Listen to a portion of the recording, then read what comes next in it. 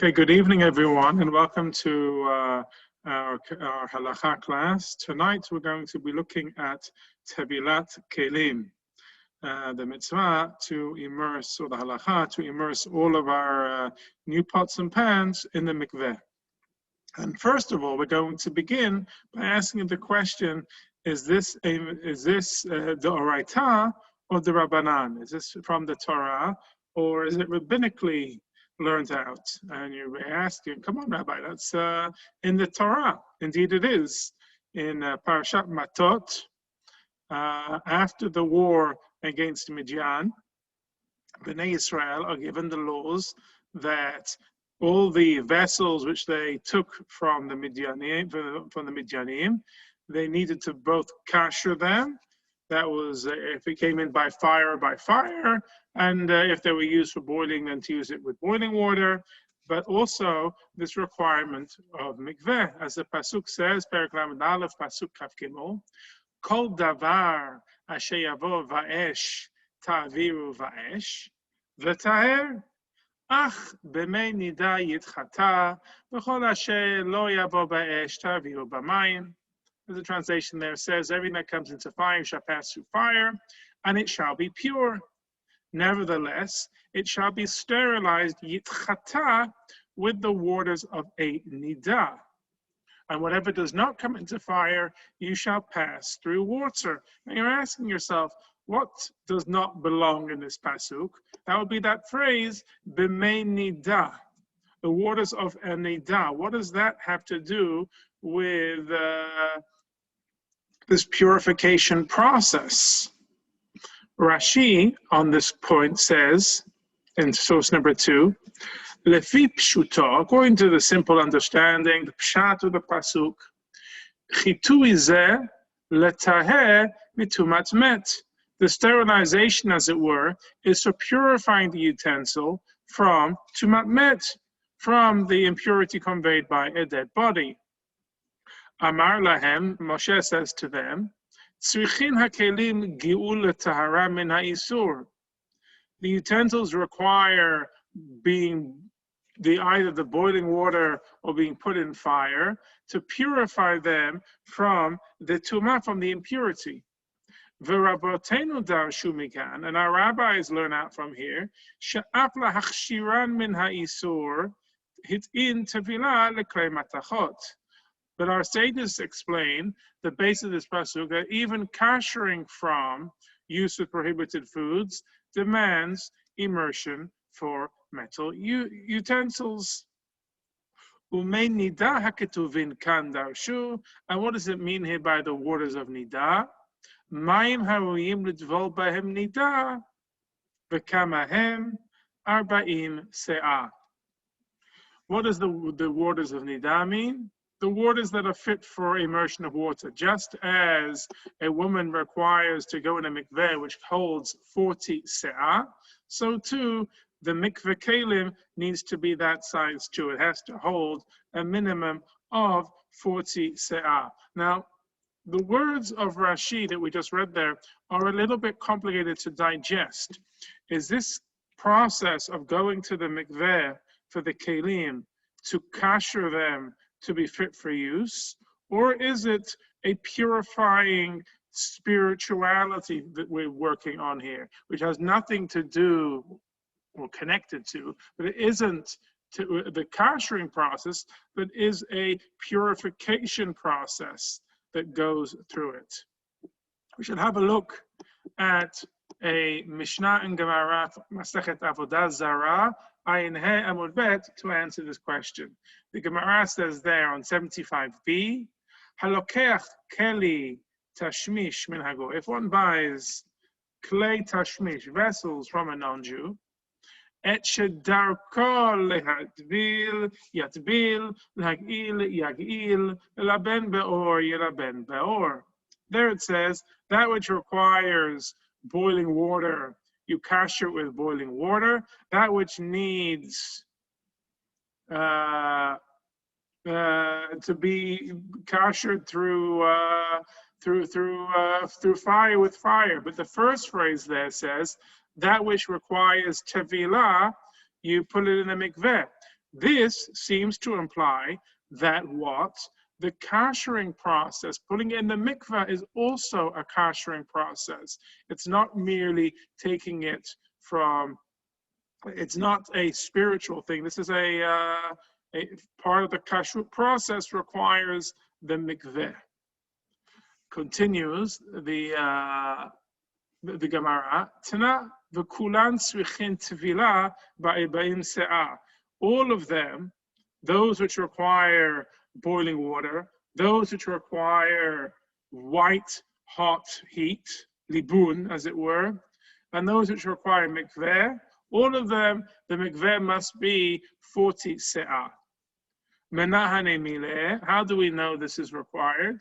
Amar Rava, Rava said, the Amar Kra, as the Pasuk states, Kol davar sheyavo ba'esh, ta'aviru ba'esh v'taher. Everything that shall go through fire shall pass through fire and shall be purified. Hosif lecha hakatuv tahara acheret. The fact that the Torah that teaches this extra word, v'taher, comes to teach us that another action of purification is required, which is the immersion in the mikveh. So it seems to be that there are two stages of kashering. There is one which is either the boiling water or putting it in fire to kasher it. But then there is this requirement of when it transfers ownership to go into a mikveh. That is the purification process.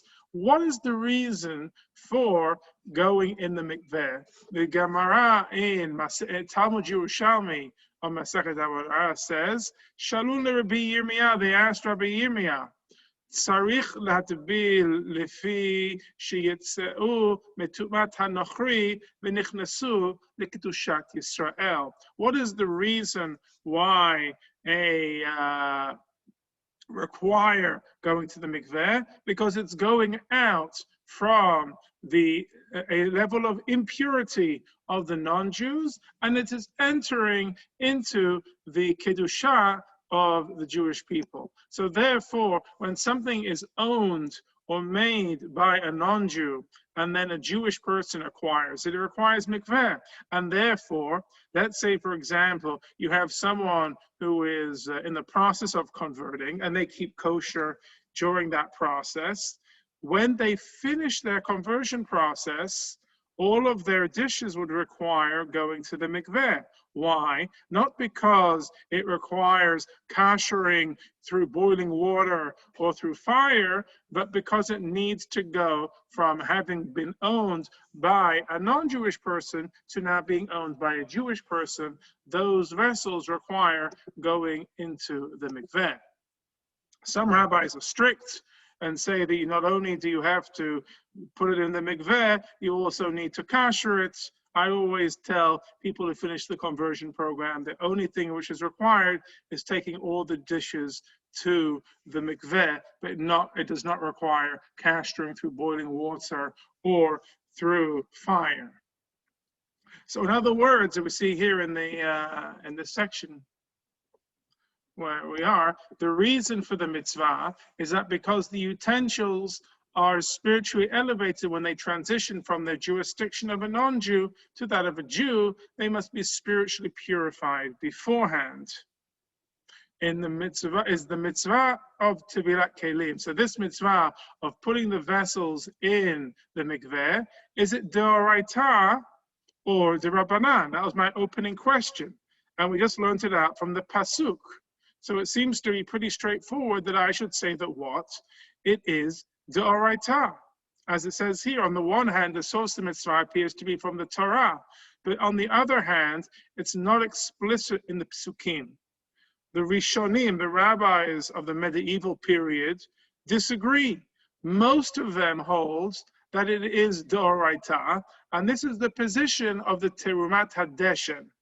And he explains it here. Klei matachot halakech min anochri, metal utensils which are purchased from a non-Jew, shetzarich tevila, share l'shlucha al yedei katan l'tvila, or lo? Am I allowed to have these vessels immersed by a child under bar mitzvah? Okay, can someone under bar or bar mitzvah, can they be, are they allowed to be my shaliach and put them in a mikveh? Tshuva. He answers the question. Here it seems, the lo share lemevad hachi. It's not permitted to do this, to have a child under bar mitzvah put the vessels in the mikveh. Why? Kevan de tvilat kelim halokuchim min hanochriim, d'oraitahi v'lo mehimnan ala lekatan. Because the immersing of the vessels is a Torah level law, and therefore a child is not believed. We cannot say that a child has done it properly. Even if you say it's a very capable child. You say, you know what, it wasn't even hard work to do it. As it's brought down in the Tosfot in Perikamat Pesachim, and the Tosfot Dibur HaMatchil Himinuhu, Ahad Ka'amah Himinuhu Rabbanan B'Drabanan. When do the rabbis believe children? When it's a rabbinic level law. Davka nashim va'abadim, like two Tosfot dene'emanim b'isur d'oraita, avoa lo ktanim. Women are believed on Torah level laws as well as servants, but children are not. If it comes to that, women can go and say, this took place, those vessels were taken to the mikveh, they were immersed properly, but a child is not believed. Even if it's something easy, you should not have a child go so and do so for you. I have a question. Yes. Where is it cited in the Torah in terms of koshering? So that's what we just saw in that pasuk. I'll show you once again, Sarah. Can you show me once again? I missed it. Yeah. So right here in the very first source. Hold on, I'm going too fast and I went too far. In that first source in Perek Lamed Gimel, it says there, Lamed Aleph, sorry, it says, everything that comes into fire, you shall pass through fire, and it shall be pure. And whatever does not come into fire, you shall pass through water. So there we have either doing libun, which is kashering through fire, or we have hagala, which is going through boiling water. Okay? Yeah, I missed that. No problem. So here we're saying, because it's a Torah level, according to Trumat Hadeshin, it's Torah level, I can only rely on a woman's testimony, but I cannot rely on a child's testimony, even if it's easier. The Rambam, Maimonides, disagrees, and he says everything we just said here, although it's hinted at by the Psukim, it's only what's known as an asmachta. You can lean it on the verse, but it's an illusion. It's not really what the pasuk means, and therefore he says it's really only rabbinic in nature. And since it's only rabbinic in nature, he says that you could rely on a child's testimony for it. How do we hold? With the Shulchan Aruch follows the position of the Trumat Hadeshin. He says, Ein ma'aminim katan al tvilat kelim. A child is not believed with regarding immersing vessels. Aval intervalo lifnei gadol. The Rama adds, if the child did the immersing with an adult present, havei tvilah, the tevilah is considered a kosher immersion. So what I do, I never let my young girls who are under bat mitzvah do this by themselves. Rather, I go with them and they help me with the procedure, but we don't do it, they don't do it by themselves. And the Taz there says in source number 8, Ein ma'aminim katan, we don't believe a child. Why? Because because the immersing in the mikveh is a d'oraita, according to the Taz. And therefore, if the child did it in front of an adult, then it is fine. Rav Ovadia Yosef clarifies that the entire dispute and ruling the Shulchan Aruch that Tevilat Kelim is d'oraita pertains only to what? To metal utensils, as those were the ones which were mentioned in Sefer Bamidbar, chapter 31. But regarding glass, everyone knows that is rabbinic. Mihu tevilat klei zechuchit lekule alma have rak midirabanan usveikam yesh lahakel. Okay, he says their glass is only rabbinic, and therefore we can be lenient in terms of doubt, and therefore children could be able to immerse glass dishes. So does the halacha of tevilat kelim cause food that is placed in a utensil owned by a Jew that has not been tovelled to become forbidden as well?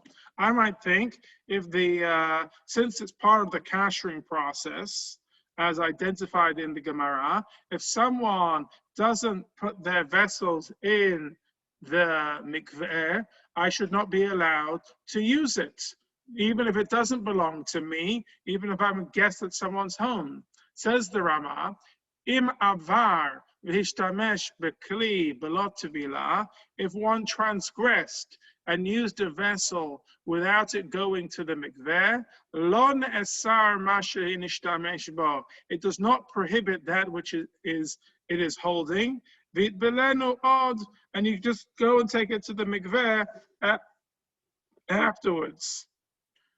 And the Bior Halacha explains, Masha'en came bekli chadash, gam im yishtamesh bo b'li tevilah, if the vessel had not yet been used and one did not yet take it to the mikveh, ein ha'ma'achal ne'esar, the food is not prohibited. Why? Apagav da'avid isur, even though you did a prohibition, why did he use a plate or a pot which hadn't gone to the mikveh? Nevertheless, mishum ze lo gazrin an shema yisher.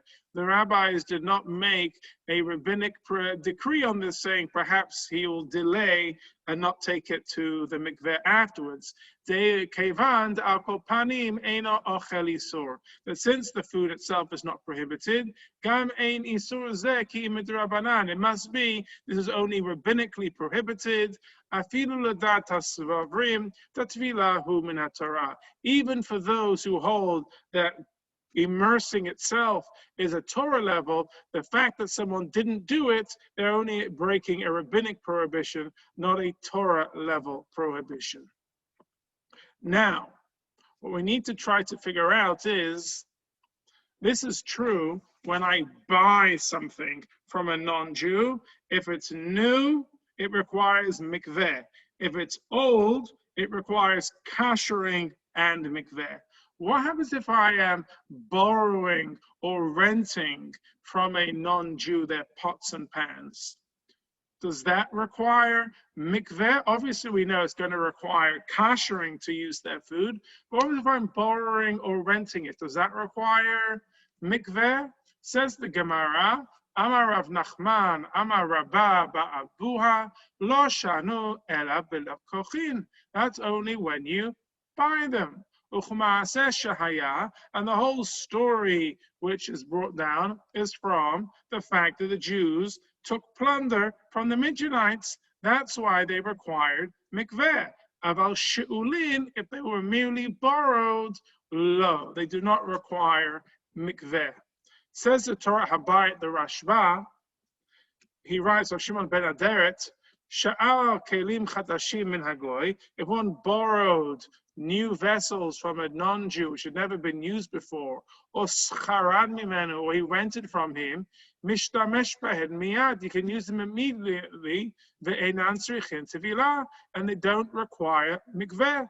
Shelo chayav hakatut tevilah ela b'sha Yisrael, because it only be required to go in the mikveh once it's Jewish owned. just like the Jews who took the plunder from the Midianites.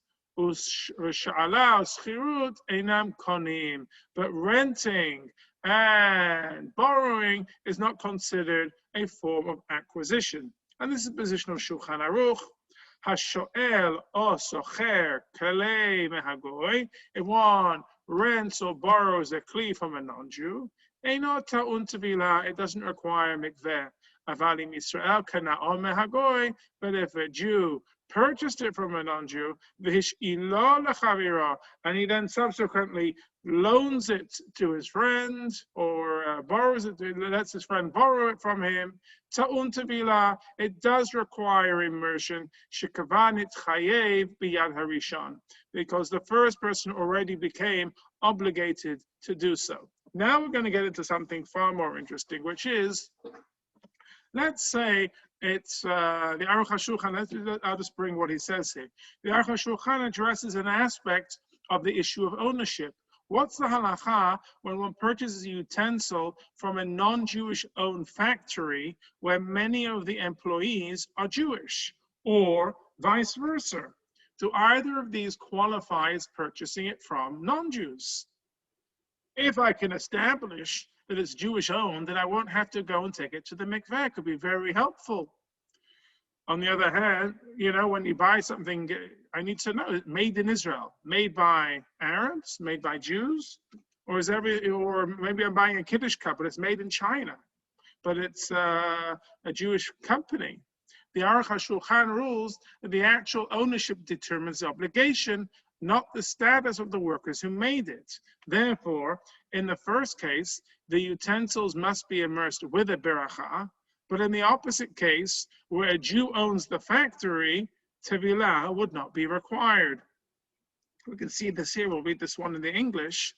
It's been written that in the case of a Jew who owns a factory which makes glassware in which the employees are non-Jews, and vice versa, in which the owner is a Gentile and the employees are Jews, there is room to rely upon the lenient opinions and use the utensils without immersion. But that's only for glassware, since it is only rabbinic. However, this does not appear correct to me at all. In the case of mass production, such as a factory in which utensils are produced in large numbers, everything is determined by the owner of the business. The utensils belong to him, and the employees are essentially no more than day laborers. Therefore, if the owner is a Jew, even metal utensils are exempt from immersion, even if the employees are Gentiles. The opposite is also true. If the owner is a non-Jew and the employees are Jews, even glassware must be immersed with a blessing. Therefore, when someone acquires metal or glass, he must know who owns the business that produced the utensils. Rav Tzvi Kohen, author of the halachic work Tevilat Kelim, codifies it as follows: Kli shenaseh bebeit charoshet shel shutfei Yehudi v'goy ta'un tevila bevracha v'yesh omrim she'ein lebarech. If a utensil is produced in a factory jointly owned by a Jew and a non-Jew, it must be immersed with a bracha. V'hu adin in beit charoshet beba'alut chaveret maniot v'chevra על מנת שחלק ממנותיו של יהודים וחלק אחד של גויים. However, some rule that no bracha should be recited. Then he says the same is true if the factory is owned by a corporation of stakeholders, some of whom are Jewish and some of whom are Gentiles. Now, this is a little bit of an interesting case, and there's further, you can look at further study, you can have a look at that on page 171 on your own. If the ownership of the specific company is unknown, but the utensil was made by a company in a place or context that most of the companies are owned by Jews, the Yalkut Yosef rules that the utensils do not require immersion because the halacha is determined according with the majority. As the Yalkut Yosef says here, b'mekomot sharov batei hacharoshet lekelim hem Yehudim, וקנה כלים ואינו יודע אם הם של בתי חרושת של גויים או לא, En tzarich lehatbil. If someone purchases utensils in places where most of the utensils producing factories are owned by Jews, and he does not know if the specific utensils were manufactured by Jewish-owned factories, he can go after the majority and therefore consider it Jewish-owned and therefore not need to immerse them. This halakha can be relevant concerning utensils used for those that state made in Israel. On the packaging, for example, Kiddush cups, since the majority of companies that produce these items in Israel are owned by Jews. What's halakha where a utensil is originally owned by a Jew, then sold or transferred to a Gentile, and was then reacquired by a Jew? Now you might be asking, Rabbi, why am I asking such a complicated question? And I'm going to tell you, friends, we're now getting to the most practical area of tonight's class. Do you know when people write when they sell their chametz? Not only am I selling my chametz, I'm selling all my pots and pans too. Whatever you do, friends, never, ever, ever do that again. And I'm going to tell you why. Look at this. Israel, Shem Machar Kli Legoy, a Jew who sells a vessel to a non-Jew, V'chazar v'lakcho mimenu, and he goes back and he acquires it from him. Tzarich tevilah, it requires immersion. Says the Pitchei Tshuva, ulefi zeh keshomocher hayorot legoy b'erev Pesach. When one sells one's pots to a non-Jew on Erev Pesach, mishum chametz, because of chametz, tzarich tevilah lachar Pesach, that pot would require immersing after Pesach. Therefore, it's much better not to sell your pots. You're not selling your pots on Pesach. The only thing we sell on Pesach is our chametz.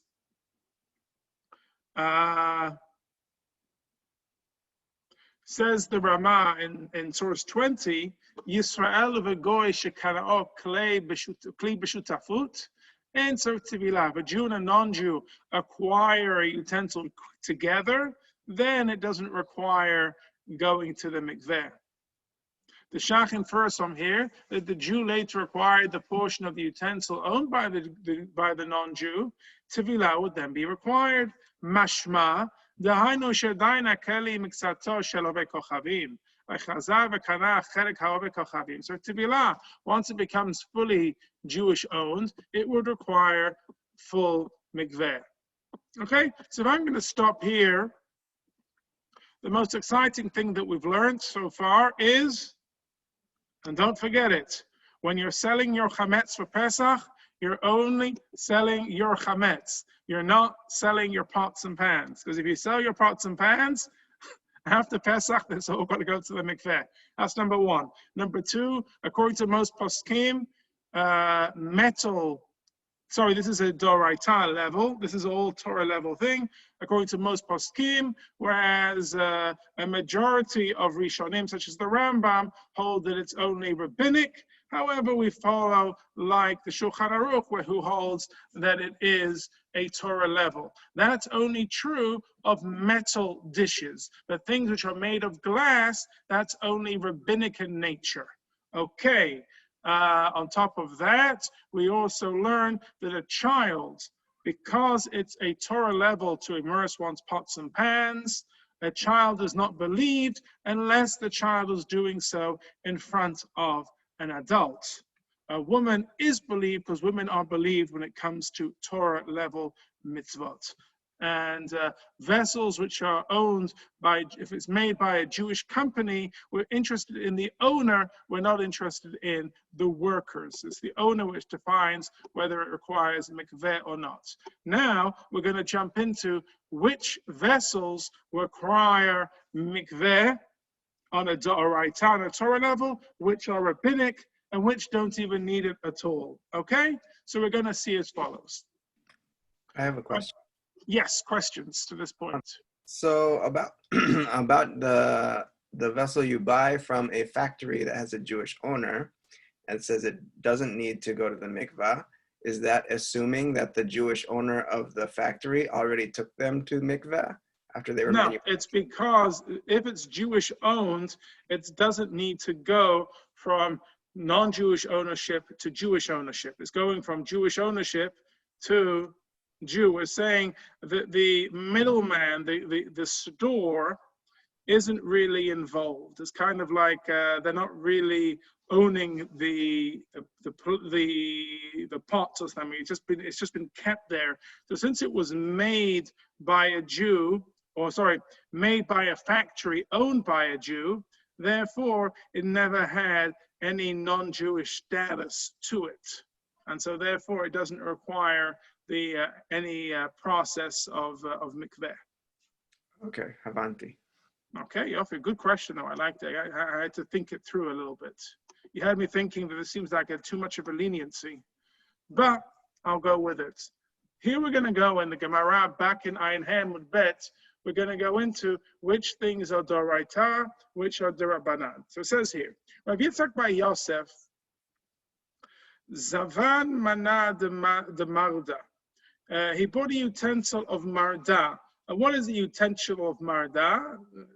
Be careful what you read here. Rashi says it's a mixture of earth and dung. Utzviye bakar. It's not very nice. Okay, it's basically, so I mean, again, it's a mixture of earth and dung. I'm not sure. So he buys this from a non-Jew. Savar lahatvila. He thought perhaps I should immerse it in a mikveh. Amar le hahu merabanan. One of the rabbis said to him, Rabbi Yaakov Shemei, Rabbi Yaakov was his name. Ledidi mafar shalei. Minei Rabbi Yochanan. It was explained to me by Rabbi Yochanan. Klei matachot omrin b'parasha. Metal vessels, they're mentioned in the Torah. So therefore, they are obviously doraita. Amar Rav Ashi. Rav Ashi said, Hane klei zechuchit, glass vessels. Ho'il v'chi nishtabru yesh lahen takana. Glass, since with they're broken, you can fix them by basically heating them up and making them again. Kekli matachot damu. We treat them as if they are like metal. Okay, why? Because you can melt them down and fashion them into new utensils. Konya, now regarding konya, which is coated, and here it says lead coated, earthen, but think about this, think of earthenware vessels like China. Plige bar of Achaver Avina, Chadamar Ktchilato, Chadamar Kesofo, Vehilchata, Kesofo. So Rav Acha and Ravina disagree. One says the halacha is determined according to the initial status. That is, it was initially an earthenware vessel, and therefore it doesn't require mikveh. And one says the halacha is determined with a final status, and since it's coated with metal, it does require immersion. And the Gemara holds that the halacha is that it is determined according to its final state. It's also clear from this Gemara that other types of utensils, not made out of glass or metal, such as that of earthenware, one of Rav Yitzchak bar Yosef, are not subject to tevilat kelim. But if they are coated or covered with metal, the conclusion is they must be put in the mikveh. Tosfot, though, limit this to where it's covered with metal on the inside, as the metal must actually be an important part of the utensil's function. Accordingly, if the metal component comes into contact with food, the obligation of tevilat kelim applies, as we see this in Tosfot. This is true of utensils covered with lead on one side, before they realized that lead was so poisonous. However, if they are covered on the outside, as in the case of wooden utensils, ringed on the outside with iron, they do not require immersion. This is so because their metal components are not the part of the utensil that serves its function. When the Torah speaks of food utensils with metal, that refers to where one actually used it, the metal, in that capacity. This is the understanding of the Shulchan Aruch. He says, Hakoneh hagoy, if one buys from a non-Jew, Kli suda shel matachot, food vessels of metal, or shel zchuchit, or glass, or kelim hametzupim ba'ever mebifnim, or they are lead plated, we'll just call it metal plated for now. Apol pi shehem chadashim, even though they are new, tzarich lehatvila b'mikveh, they require immersing in a mikveh, or mayan, or in a spring, shel 40 se'ah, provided that it has at least 40 se'ah in it. The Shulchan Aruch does not discuss the case whether the utensil is only covered or coated with metal on the outside, but it would seem that the Shulchan Aruch would agree with Tosfot and exempt such a utensil with tibila entirely. The view of the Ramah differs somewhat with that of the Shulchan Aruch. According to the Ramah, if the utensil is lined on the inside with metal, it must be immersed without a bracha. Similarly, in the case of utensil which is coated with metal on the outside, it should be immersed without a bracha. Says the Ramah here, Yesh Omrim, Tekelim HaMetzufim Ba'avar, Afilu Bifnim, Yitbol B'lo Bracha, V'chein Nohagin. So here we see there's a difference between Ashkenazi and Sephardic approach. Here the Ramah says, some say that when utensils are lined with lead, even from the inside, they are to be immersed without a blessing, and this is the standard practice in Ashkenazic lands. As such, there are two disputes between the Shulchan Aruch and the Ramah regarding utensils with metal coverings. Utensils covered with metal on the outside alone, Shulchan Aruch, no tevilah required. The Ramah, tevilah without a bracha. Utensils lined with metal on the inside, Shulchan Aruch, tevilah with a bracha, Ramah, they should be toveled without a bracha. So it's a lot easier for Ashkenazim. If it's metal plated, it's always going to be tevilah without a bracha. Whereas Shulchan Aruch, on the inside, it does require a bracha. On the outside, no tevilah, no bracha. If the utensil is lined with metal on both the inside and outside, it would seem that the Ramah would agree that it should be immersed with a bracha. Interestingly, Hacham Avadia also adopts the position of the Ramah on this point and rules to recite a bracha only if the utensil is coated both within and without. He says it here in source 26. If earthenware utensils are covered both inside and outside with lead or glass, they must be immersed with a blessing. If they are immersed only on the inside, they ought to be immersed without a blessing. Hacham Avadia explains further in this passage that the reason is that the safek brachot lehakel, when one were in doubt that the bracha should be recited, the bracha should not be said. This is true, he says, even when it stands in opposition to the ruling of the Shulchan Aruch. Accordingly, only when the utensil is completely coated and all opinions are in agreement should a bracha be recited on the immersion. The importance given in these sources to the status of the coating or covering has important implications for a common case nowadays. A frying pan made of metal, but with a Teflon coating, require mikveh. In this case, the pan is metal, but the coating that directly comes into contact with the food is not. The Sefer Tevilat Kelim writes that here too, the coating is a determining factor. Therefore, since the Teflon touches the food and in fact separates between the food and the metal, tevilah with the bracha is not performed. Nevertheless, it should still be performed without a bracha because Teflon itself contains glass components. We saw above from the Gemara that if a utensil is made of materials other than metal and glass, no tevilah is required. Thus, earthenware, pottery, ceramic, stone, wood, or paper all do not require immersion, as ruled by the Rambam. It says here, Lo chayevu b'tefila zo, ela klei matachot shel seuda hanilkachin min hagoyim. The only things which require mikveh are metal utensils which are used for food, which are purchased from a non-Jew. V'chein, im lakach klei etz or klei avanim, madiach or martiach, ve'enot tzarich lehadbil. Similarly, if he acquired wooden or stone utensils, he must wash or boil them, but he need not immerse them. V'chein klei cheres hachadashim eno tzarich lehadbil. Similarly, he need not immerse new earthenware vessels either. The Pitchei Tshuva extends this ruling to porcelain today, China, and he says, Ayin b'sheilat yavetz shekatav tekelim habayim b'midat hayam. Pots, these dishes which come from abroad, shenikraim porcelain, which are called porcelain, v'damin leklei zechuchit, which are similar to glass, and tzrichin tevilah. They don't require immersion. Since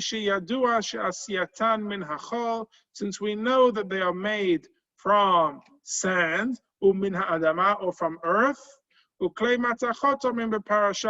it's only, the Torah only talks about metals. And even though they are very smooth, late lamba, we still do not require it. Because we know that glass is even more smoother than it. And despite its smoothness, glass would not be subject to immersion, except for the fact that it can be repaired. As in, what is it about glass which it requires mikveh? Is because it has the same quality of metal that if I heat it, I could reform it. But that's not true of porcelain. And since porcelain cannot be reformed, it does not require the mikveh. Many poskim agree with the Pitchei Tshuva, though some have the more stringent practice to immerse porcelain without a bracha. As noted by the Sefer Kashrut, he says there that although some say that porcelain, I'm reading in 24 here, although some say that porcelain and glazed pottery do not require immersion, a number of poskim require immersion. Therefore, many have the practice to immerse them without a beracha. Okay, and then he concludes, the following do not require immersion at all: earthenware pottery, ceramic, unglazed, stone, wood, paper. Now we're going to talk about, and this have here footnote 11. This refers to utensils made of porcelain, ceramic, or china that are glazed with a thin layer of glass. The Sefer HaKashrut is noting that many are strict to immerse these due to the layer of glass on top. However, this is different than the cover of coating of lead discussed above in the Shulchan Aruch and Ramah, since this layer is significantly thinner than that. Therefore, it is a subject of some disputes, and some say that one should immerse it like the Ramah holds, while others hold that this is not necessary for such a thin layer of glass. And therefore, you'll find that generally Ashkenazim are strict and immerse without a bracha, whereas the Sephardic approach is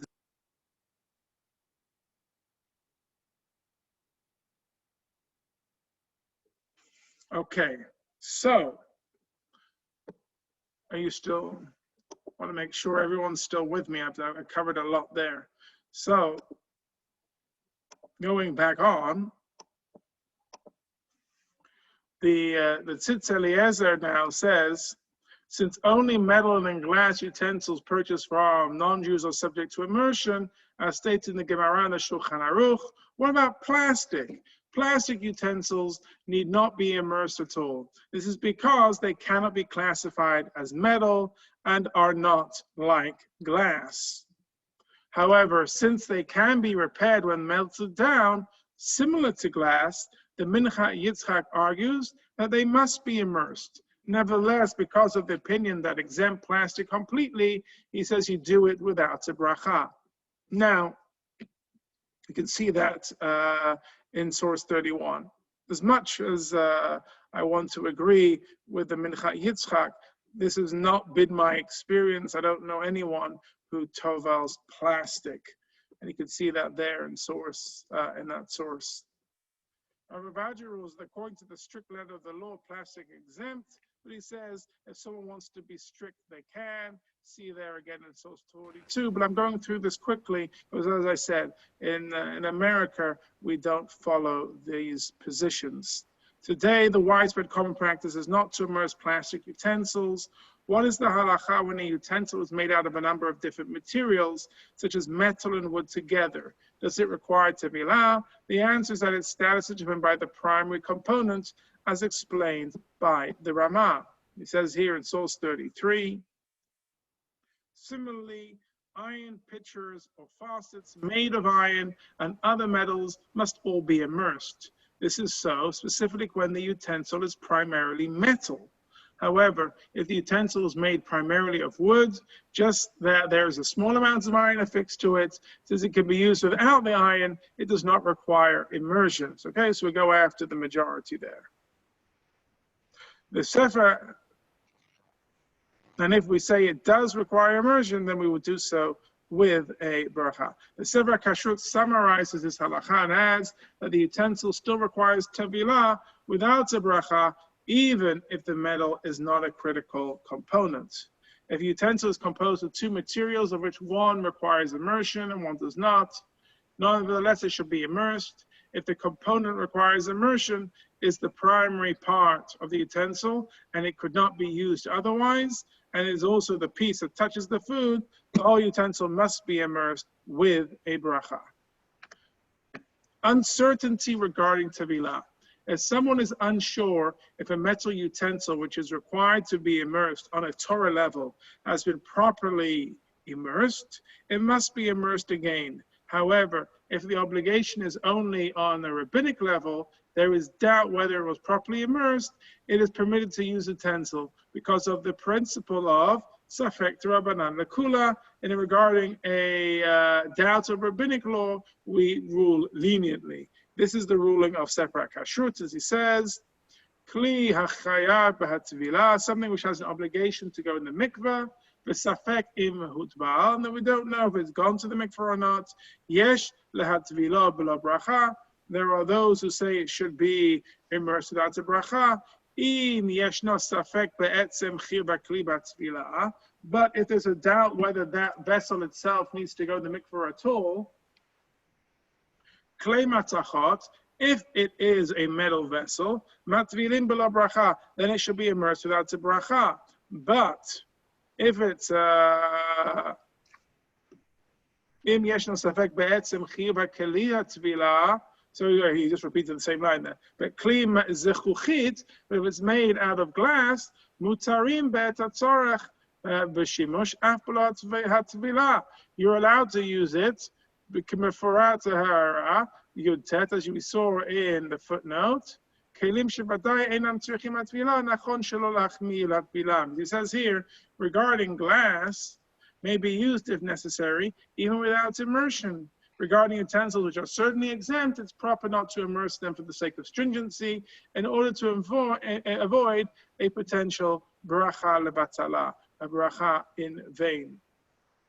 Okay, so far, we've got our metal vessels. They are Doraita. We have our glass, which is Durabanan. We have things which have metal on the inside. That would also require bracha. And then we have things which are for sure don't need anything, like earthenware, like porcelain, like wood, like stone, all those types of things. We've already seen from a number of sources that the requirement of Tefillah Kelim does not apply to all utensils, and not even all utensils that are used for food. Rather, it applies only to utensils that are used for the preparation or eating of food, known as Klei Seudah. The source of this halacha can be found in a Gemara in Avodah Zarah. It says here, Amar Rav Nachman, Amar Rabba Ba'avuha, Afilu Kelim Chadashim B'mashma, even new utensils that were never used, that are brought from non-Jews, are meant to be included in the requirement of immersion. Daha yeshenim, that means the old utensils, v'libnan kechadashim damu, that one heated until white hot, are similar to new utensils, as they do not contain the flavor of non-kosher foods. By tevilah, and nevertheless they require immersion. Matkif la Rav Shesha attacks him through logic. Ihachi, that's true. Afilu zu desar v'lanami. Then even scissors for cutting cloth, for clothing, should also require mikveh amarle, klei seudah or mimber parasha. No, we're dealing with only vessels used for meal prep. That's which requires it, not scissors for clothing. Rashi explains that the passage in the Torah refers to the basuk from which Tevilah is derived, as we saw in source number 1, and the reference to fire would only refer to utensils for food. As it says, Rashi, it says there, Klei Su'udah min parasha, Zehakativ, Kol davar sheyavo ba'esh, ve'ein derech leishtamesh al yedei ha'or, ela kelim shel tzorchei su'udah. Uv'hanu kativ v'taher Tevilah, aval zuzah d'sar v'la, la. And he just basically, Rashi explains there that we're only dealing here with food utensils and certainly not scissors for clothing. The Shulchan Aruch mentions this requirement of klei su'udah as one halacha that we saw earlier. Hakonim agoy klei su'udah shel metzachot o shel sechuchit o kelim hametzufim be'avar mebifnim af al pi shel chadashim tzarich lehadbilam. It's only the utensils for food, klei su'udah, whether it's made of metal or glass or plated on the inside with lead and are acquired by a non-Jew. Even if the utensils are unused, they must be immersed. We need to define what exactly is included in the classification of klei su'udah. Does it include any utensil that comes into contact with food, or must the utensil actually be brought to the table to serve the food of the meal? And must the utensil touch the food directly, thus supporting the food indirectly suffice? The Shulchan Aruch provides part of the answer to this question, where he rules that whatever does not directly touch the food is not considered a meal utensil, and consequently need not be immersed. As he says here, tripods, that's what it says there. You can see there in the inverted commas there. It's not trip dish, it's tripods. Says shoftim alehem kederot, upon which pots are placed. So think about your burners. Einam or not tevilah. So I'm talking about the what's it called? That word is called, but the metal things on top of the burners on the stovetop do not require immersion. Aval padlish, grills, to not tevilah, they do require. Because why? Because you put the food directly on it. Grills upon which the food itself is placed do require immersion. If a utensil only has food placed directly on it occasionally, the Pri Chadash writes that it is not considered klei su'udah, since we follow the primary use of the utensil. As he says there,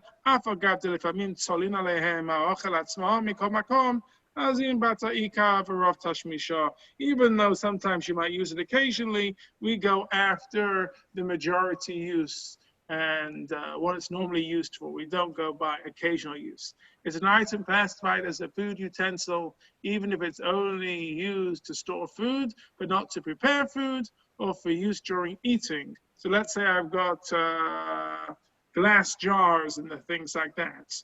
So those require mikveh. Says here in Sefer Kelim, with regards to metal or glass bottles or boxes which are used for storing liquids or food such as bread, sugar, baked goods, vegetables, and the like, these utensils must be immersed before foodstuffs are placed inside them. However, this is true only if the items are placed inside the containers without packaging, separating between them the containers. Still, unless the utensils are brought to the table and used in eating, no bracha should be recited. And this is the whole thing. Another big and important lesson that you should have for this, friends, is when you're going to the mikveh and you're going to make the bracha, make sure you're making the bracha on something which 100% needs to go to the mikveh. Do not make the bracha on something which you're unsure about. According to the Tevilat Kelim, the definition of klei su'udah includes even storage containers made out of metal or glass, provided that the food comes in direct contact with the utensil, though no bracha is recited unless they are actually brought to the table during a meal. Another interesting example that is discussed by the poskim is a nutcracker, which never comes into direct contact with the edible portion of the nut, but only with the shell.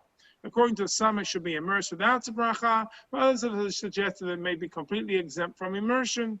This approach is also adopted by Rav Shmuel Vosner in Shevet HaLevi.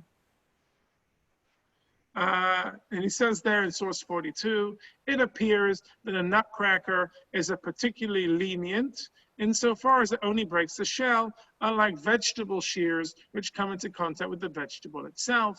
Moreover, most of the time the nutcracker merely shatters and cracks the hard shell, but one must use his hands in order to prepare the nut for eating. Accordingly, my heart is inclined to see it as wholly exempt, and at the very least, one should not recite a blessing. Another important dispute among the poskim involves utensils that do not come into contact at all with edible food, as in the case of a slaughtering knife, which is several steps removed from allowing the food to be eaten, as well as a meat grinder and the like.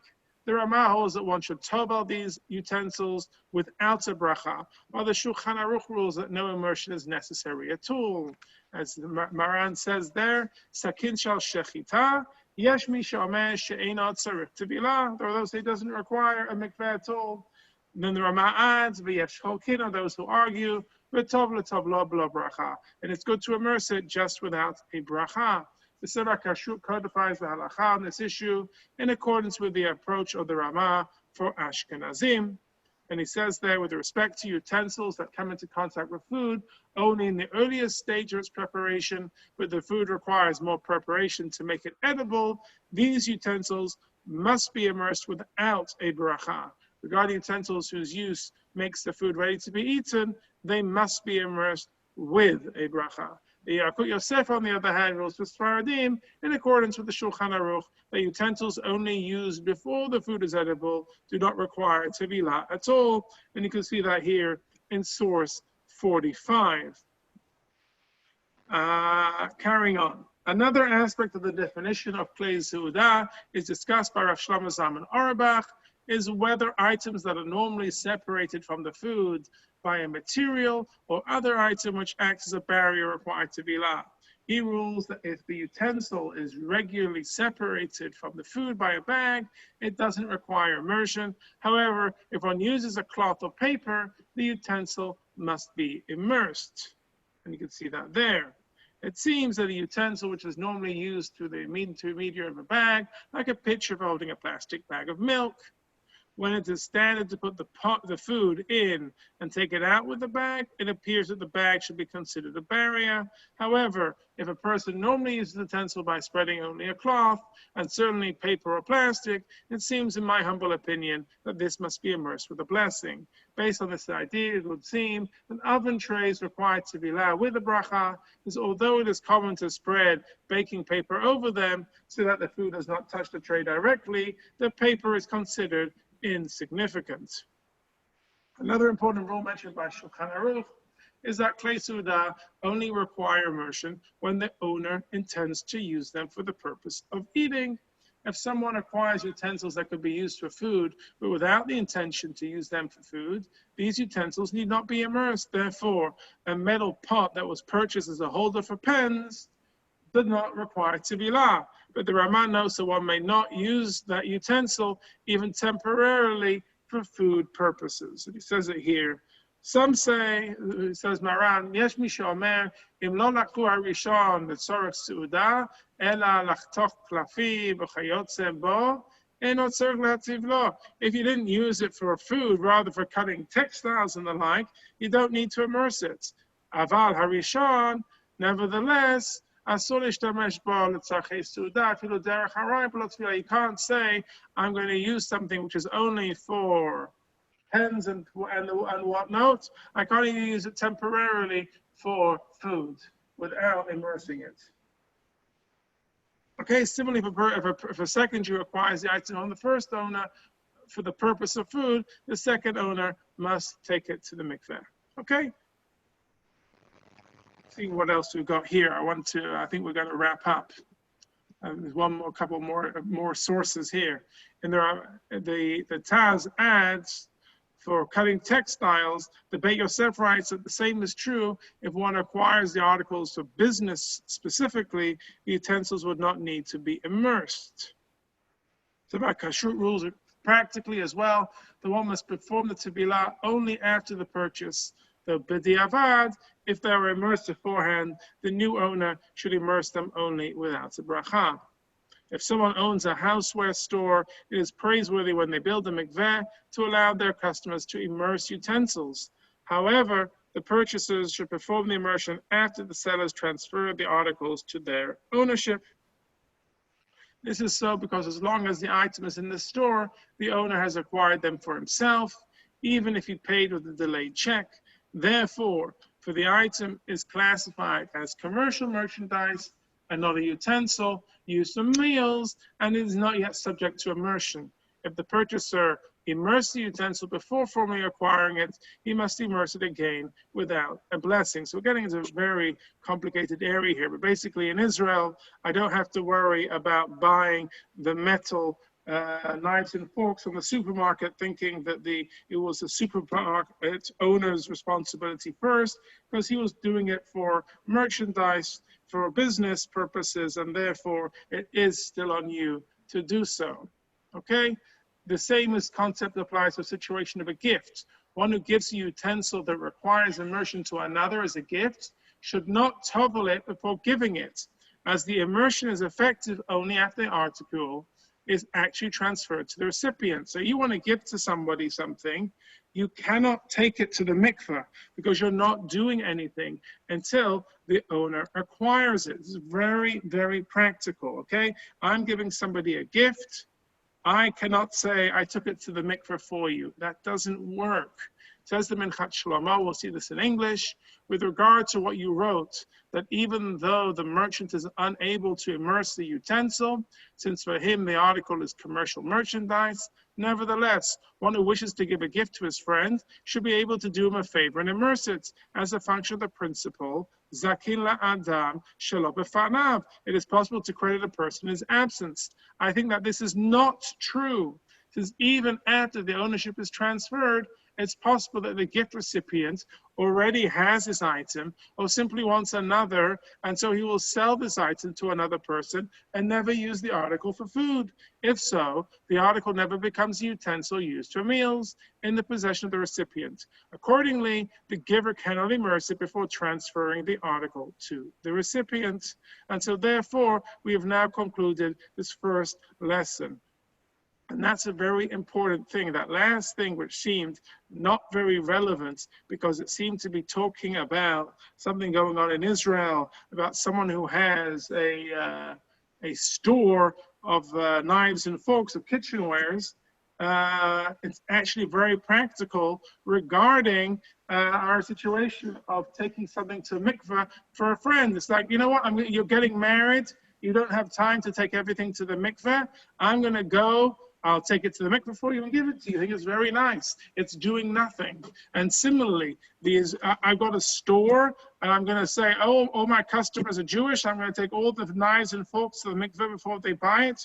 Don't do that. It doesn't work because we do not know how someone is going to use it. That is the end for tonight. We managed to get through a lot of material. Are there any questions?